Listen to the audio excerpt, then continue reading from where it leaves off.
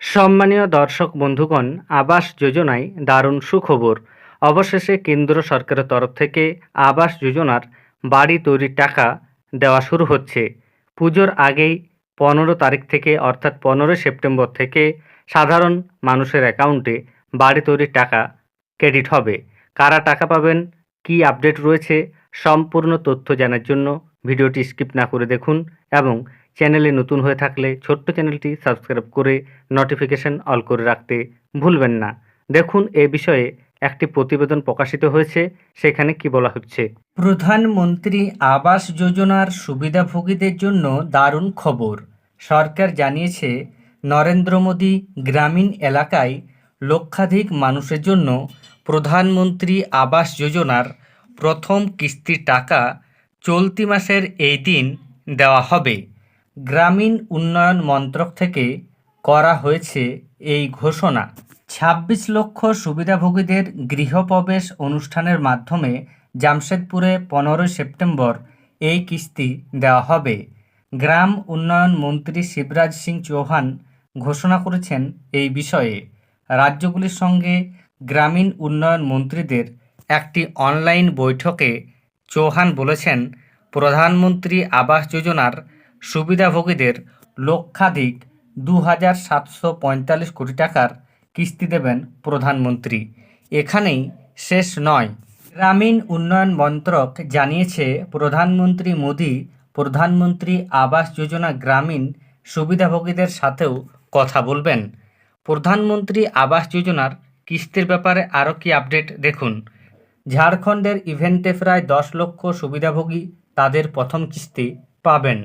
বিবৃতিতে বলা হয়েছে 2024-25 আর্থিক বছরের জন্য সব সুবিধাভোগীদের চিঠিও বিতরণ করা হবে। মন্ত্রকের তরফে বলা হয়েছে বিপুল সংখ্যক লোক এই প্রোগ্রামে অংশ নেবে এবং লাখ লাখ অনলাইনে এতে যোগ দেবে।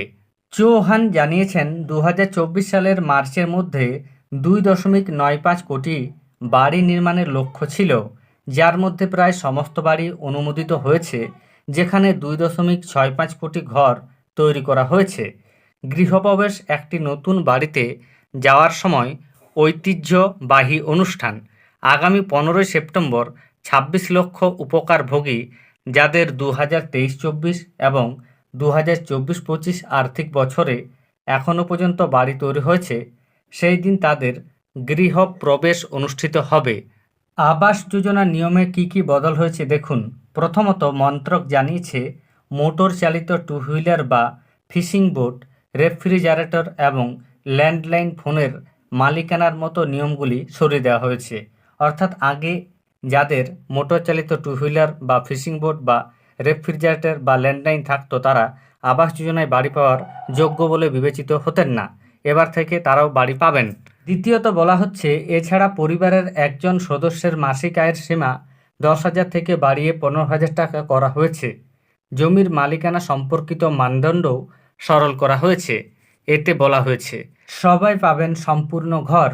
চৌহান জানিয়েছেন এই প্রকল্পের অধীনে নির্মিত বাড়িগুলি সম্পূর্ণ ঘর, যা সুসজ্জিত বাড়ি হিসাবে দেওয়া হবে সুবিধাভোগীদের।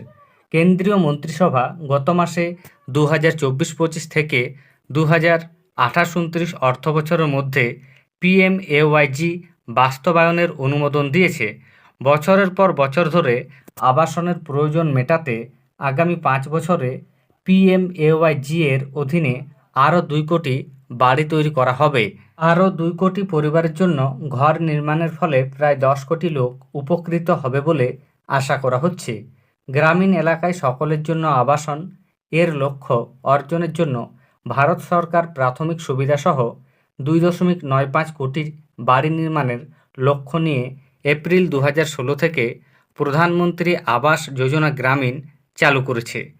তাহলে বুঝতে পারছেন, কেন্দ্র সরকার বাড়ি নির্মাণের জন্য 15 সেপ্টেম্বর থেকে টাকা পাঠানো শুরু করছে এবং প্রথম কিস্তির টাকা 15 সেপ্টেম্বর দেওয়া হবে। তবে বাড়ি নির্মাণের টাকাটি ঝাড়খণ্ড সহ দেশের অন্যান্য রাজ্যের সাধারণ মানুষরা পাবেন। পশ্চিমবঙ্গের সাধারণ মানুষ বাড়ি নির্মাণের জন্য টাকা পাবেন না।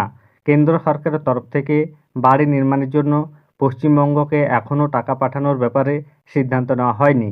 আপনারা জানেন দীর্ঘদিন ধরে অনিয়মের অভিযোগ ওঠায় কেন্দ্র পশ্চিমবঙ্গে টাকা পাঠানোর যে প্রক্রিয়া আবাস যোজনার ক্ষেত্রে তা বন্ধ রেখেছে। এ ব্যাপারে পরবর্তী আপডেট এলে অবশ্যই জানানো হবে। ধন্যবাদ।